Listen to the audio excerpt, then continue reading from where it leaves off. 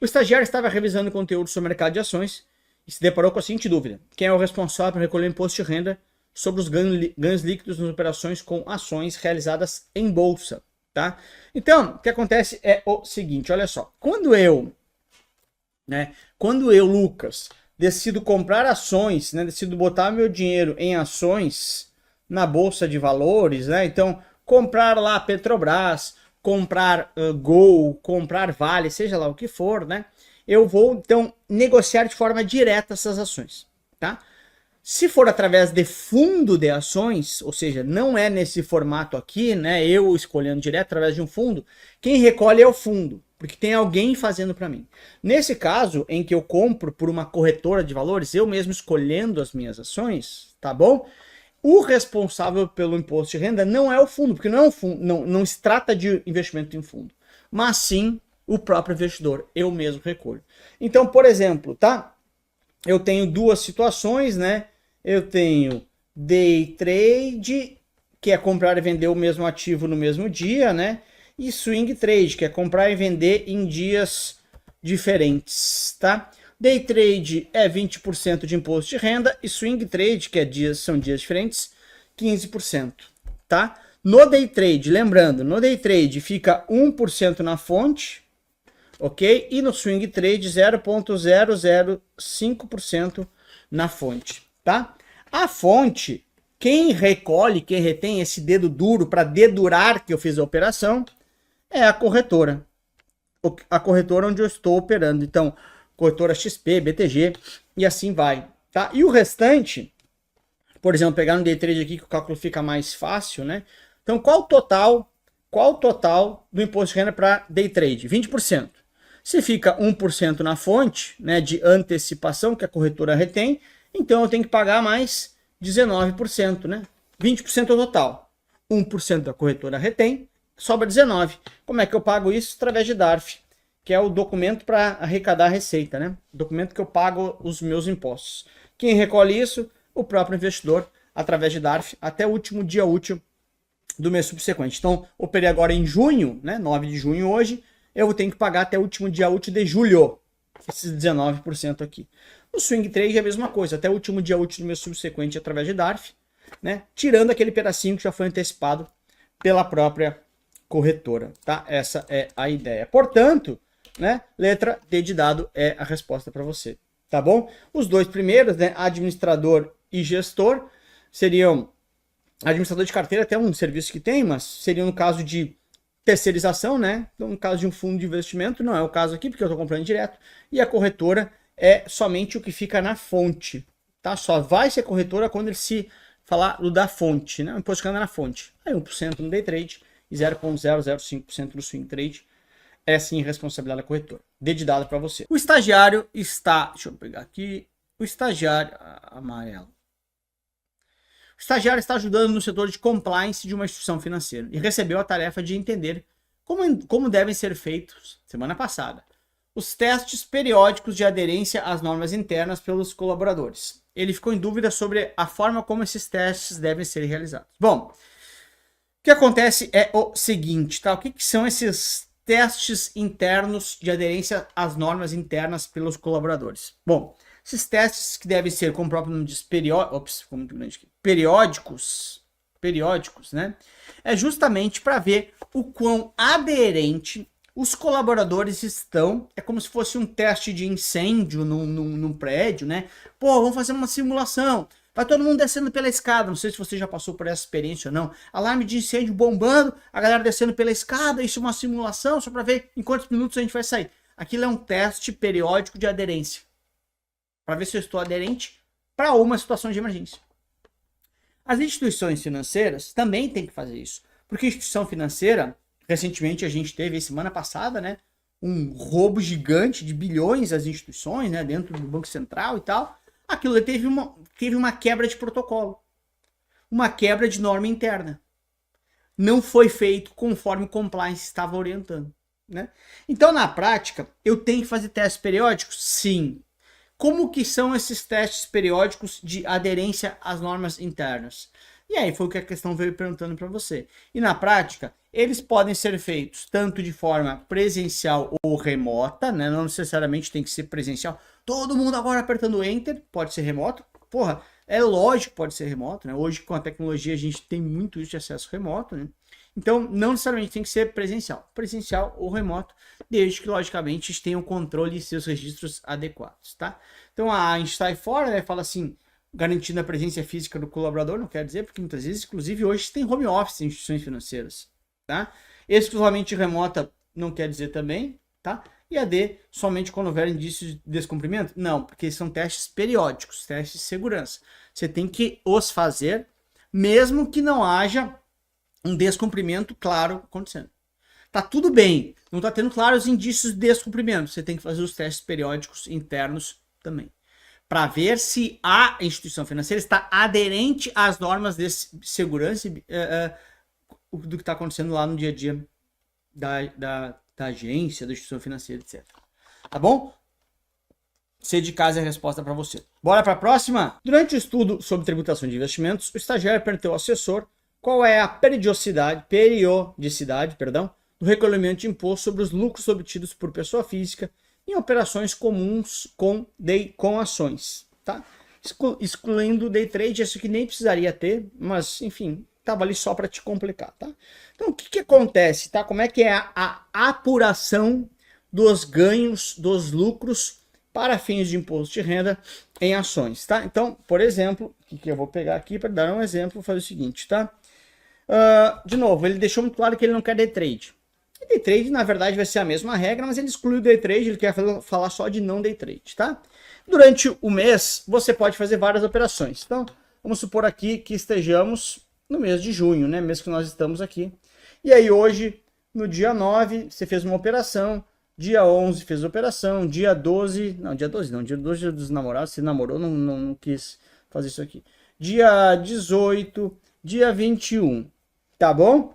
E aí, nesses dias você fez operações e eu vou colocar aqui somente o valor de lucro de cada um desses dias, tá? Então, no dia 9 você teve um lucro de 300, no dia 10 você teve um lucro de 700, no dia 18 você teve um lucro de 5.000 e no dia 21 você teve um lucro de 7.000. O que vai acontecer? Vai acontecer o seguinte, você vai fechar essa régua aqui e vai somar o seu lucro total para emitir sua DARF. Claro que tem lá o que fica de dedo duro, né? Que fica avisando que você fez a operação, mas o que vai importar aqui para a emissão da sua DARF é o lucro total. O lucro total vai ser o quê? 12.700, ou seja, 13.000 reais é o seu lucro. É isso? Fiz de cabeça aqui rápido, 12, é isso aí, 13.000 reais.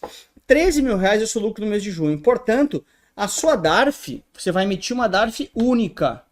Uma DARF única, uma só DARF, para todos os ganhos do mês de junho, né? Mês 6, que nós estamos agora. Então, operou hoje, ganha 300, depois de amanhã 700, assim foi. Então, o seu lucro total, você vai emitir uma DARF sobre isso. Lógico, tá, gente? Você vai tirar o que teve de imposto de renda retido na fonte, né? Que é a antecipação que a corretora faz. Você tem que tirar tudo que ficou na fonte aqui, beleza. Tirou tudo, você vai sobre o seu lucro, pagar, nesse caso, 15% de imposto de renda numa DARF única. Ou seja, a sua apuração desse tipo de operação, né, em ações, ela é mensal, tá bom? Não é anual. Na verdade, no anual você vai declarar na declaração de ajuste, né? Todas as operações que você fez, mas é meramente informativo, só para dizer que você fez as operações, é um saco, mas é isso. Semestral seria o come cotas, né? Para uma ideia dos fundos de investimentos, que tem uma antecipação semestral e trimestral, é só para te confundir ali, tá? Essa questão, inclusive, apesar de ser fácil, na minha opinião, eu nunca tinha visto ela ser cobrada nas provas CPA 10 e CPA 20, tá? Então, um modelo diferente, hein? Porque, lógico, a Ambima vai se reinventando, a Ambima vai criando questões novas, a Ambima vai trazendo realidades novas, tá bom? O estagiário ouviu um cliente dizer que queria investir em criptoativo. Caramba, Lucas, caiu um criptoativo, ai meu Deus, não sei o que é. Calma, gente. A gente tem uma aula sobre criptoativo e a questão nem perguntou de criptoativo, né? Bitcoin e tantos outros que tem, né? Porque foi o que mais subiu nos últimos 12 meses. Olha só. Ele quer investir em criptoativo porque foi o que mais subiu nos últimos 12 meses, acreditando que isso garante bons retornos futuros. O estagiário ficou em dúvida sobre qual viés comportamental isso representa. Nessa situação, o cliente está sujeito a qual viés? Turma, quando eu pego, tá, gráfico de retorno, gráfico dos últimos 12 meses, Lucas não falou em gráfico, mas ele está vendo rentabilidade dos últimos 12 meses. O que o gráfico me mostra? Uma representação de algo. Então, representação, representatividade. Olhou o gráfico, olhou o resultado dos últimos 12 meses, olhou o resultado dos últimos 2 anos, representatividade é a resposta para você. Lucas, não é disponibilidade? Disponibilidade é quando saiu no jornal hoje e amanhã eu vendo ou compro. Disponibilidade é perto. Representatividade é longo. Há 12 meses acompanhando. Tudo bem? Vamos para a próxima? Claro que não. Porque aqui, e esse é a grande característica do pré-prova, eu dou detalhado para você entender. Não estou aqui para dar gabarito, não. Então vamos entender por que não são as outras. Excesso de confiança. Excesso de confiança. Você vai lembrar do cara que faz excesso de operações. Compra e vende, compra e vende, compra e vende, compra e vende. Que ele confia demais nele. Ele acha que ele sabe mais que todo mundo. Excesso de confiança, excesso de operações. Com excesso de operações, você tem um alto custo de corretagem. Então, o seu custo é tão alto que ele até apaga a sua rentabilidade. Apaga não é um bom termo, né? Mas ele reduz a sua rentabilidade, de tanto custo que tem. Tá? Armadilha da confirmação, que é a B. É um viés menos clássico, né? Às vezes nem é tema de prova, muitas vezes, mas enfim. Viés da confirmação é quando eu busco fatos para confirmar a minha tese. Né? Então, por exemplo, se eu vou pegar e falar assim, pô, eu sou colorado, eu torço pro Inter. Aqui de Porto Alegre. E tá numa situação ruim o Inter. Mas concorda que se eu pegar e falar assim, cara, eu quero conseguir mostrar para todo mundo que o meu time é o melhor do mundo. Que notícias que eu vou buscar? Notícias que validem a minha tese. Mesmo que ela seja inexistente, né? Principalmente agora. Mas eu vou buscar uma reportagem lá em 2006, quando o Inter foi campeão do mundo. Caramba, viu como eu sou o melhor do mundo? Estou buscando reportagens, fatos, informações que validem a minha teoria da confirmação. Então, quando eu busco só notícias voltadas a garantir, a confirmar a minha tese. E D, ilusão de controle, é quando eu acho que, a hora que eu entrar no mercado, quer ver que vai subir? Porque eu puxo o mercado. Quando eu vender, vai cair? Porque sou eu que faço o mercado. É uma ilusão de um controle. Tá bom?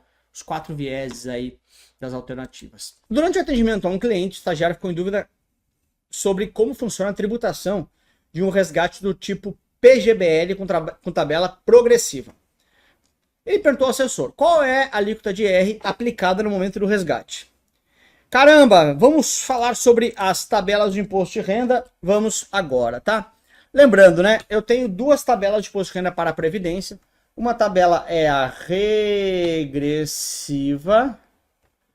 que ela vai regredindo, e a outra é progressiva. Que ela vai progredindo, vai crescendo essa aqui e vai caindo essa aqui. Pô, legal, né, Lucas? Como é que funciona isso aqui, Lucas? Bom, o negócio é o seguinte, tá? Olha só.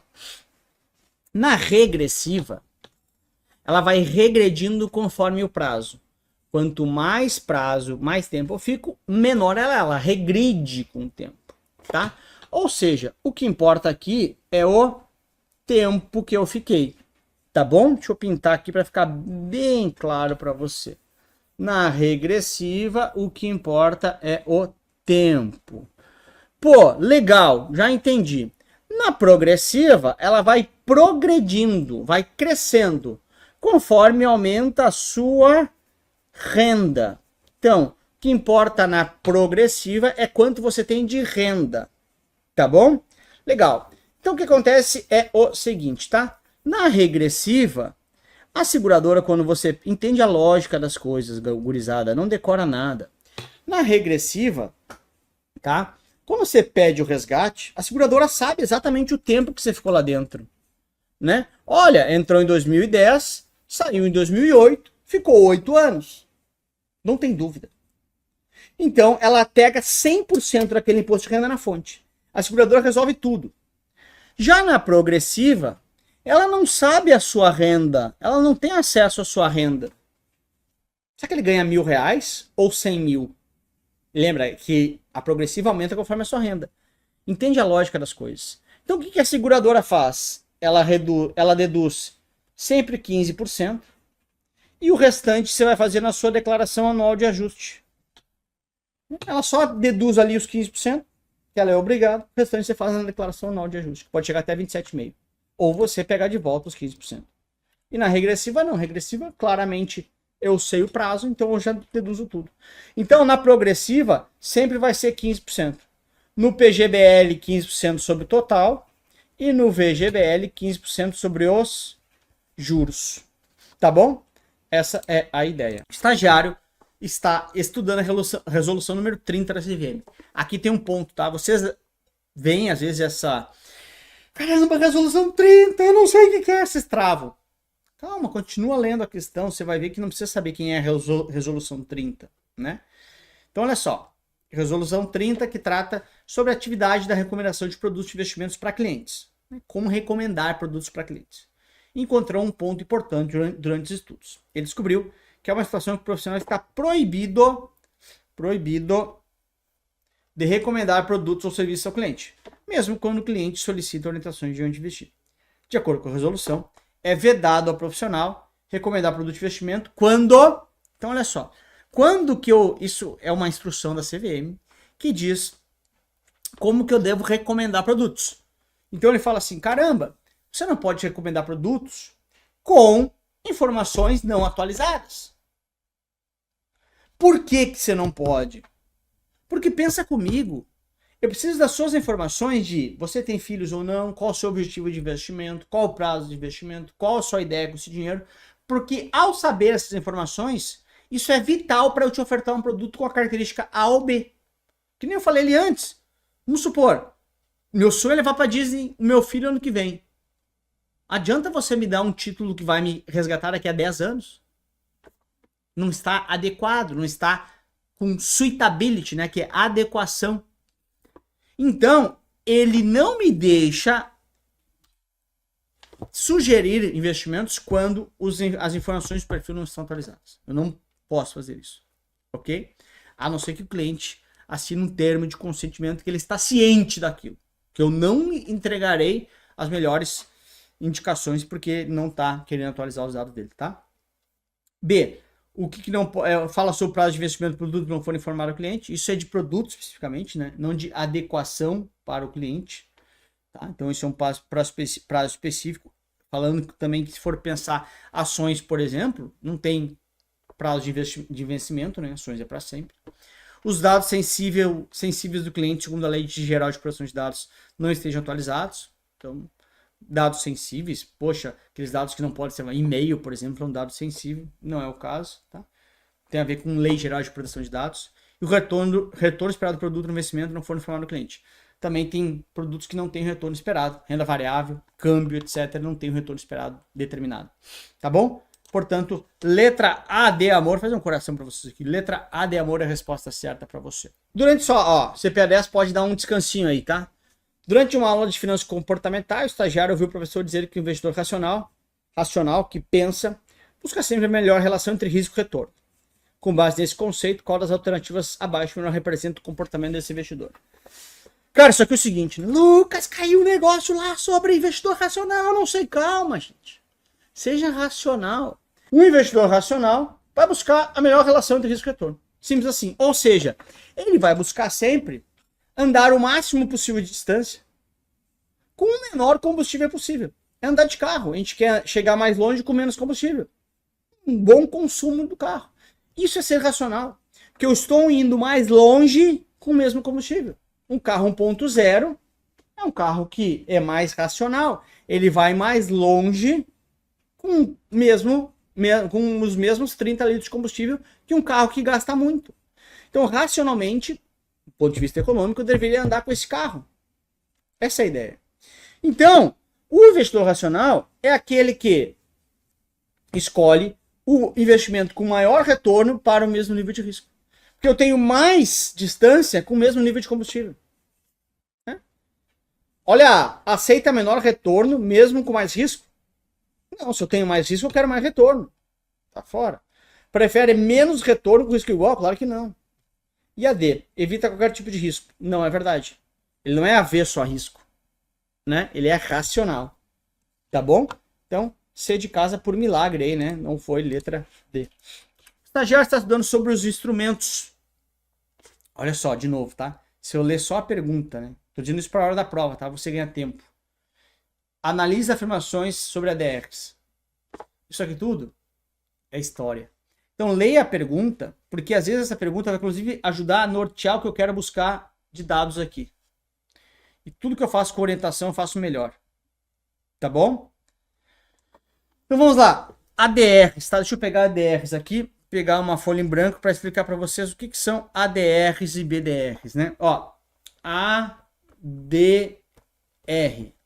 ADR ou BDR, como queiram, tá? A primeira letra, eu sempre digo isso para vocês, a primeira letra é onde negocia esse título, tá? Então, A de American, ou seja, negocia nos Estados Unidos. Se negocia nos Estados Unidos, é cotado a dólar, em dólar, tá?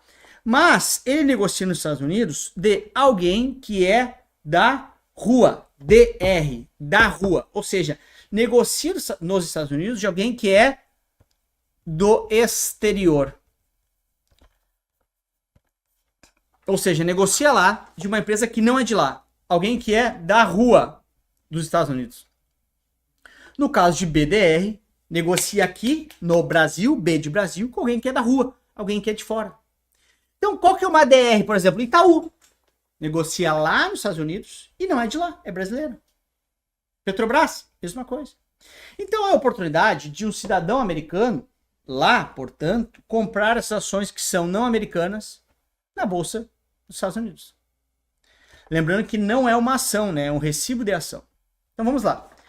São recibos emitidos nos Estados Unidos, perfeito, que representam ações, perfeito, de empresas estrangeiras, perfeito, permitindo que os norte-americanos invistam em empresas de fora do ZEUA sem ser no mercado americano. Definição perfeita, que não expliquei ali antes. ADR, primeira letra onde negocia, de alguém que é da rua, DR. BDR, primeira letra onde negocia, no Brasil, em reais, de alguém que é da rua. São negociadas nas bolsas de valores dos Estados Unidos como se fossem ações locais, facilitando o acesso de investidores a ativos estrangeiros. Perfeito. Lucas, mas não são ações. Ele botou como se fossem. Porque assim como os BDRs que negociam aqui no Brasil, você compra na bolsa, a DR também. São títulos de dívida emitidos por empresa estrangeira. Não, não é título de dívida, porque é espelho de uma ação. Ele representa uma ação. E a ação não é título de dívida. A ação é título de participação. Ação, participação, ação. Você participa da empresa. Quando você tem um ADR, você tem um recibo que representa uma ação, uma participação dessa empresa, tá bom? B de Brasil é a resposta para você, portanto.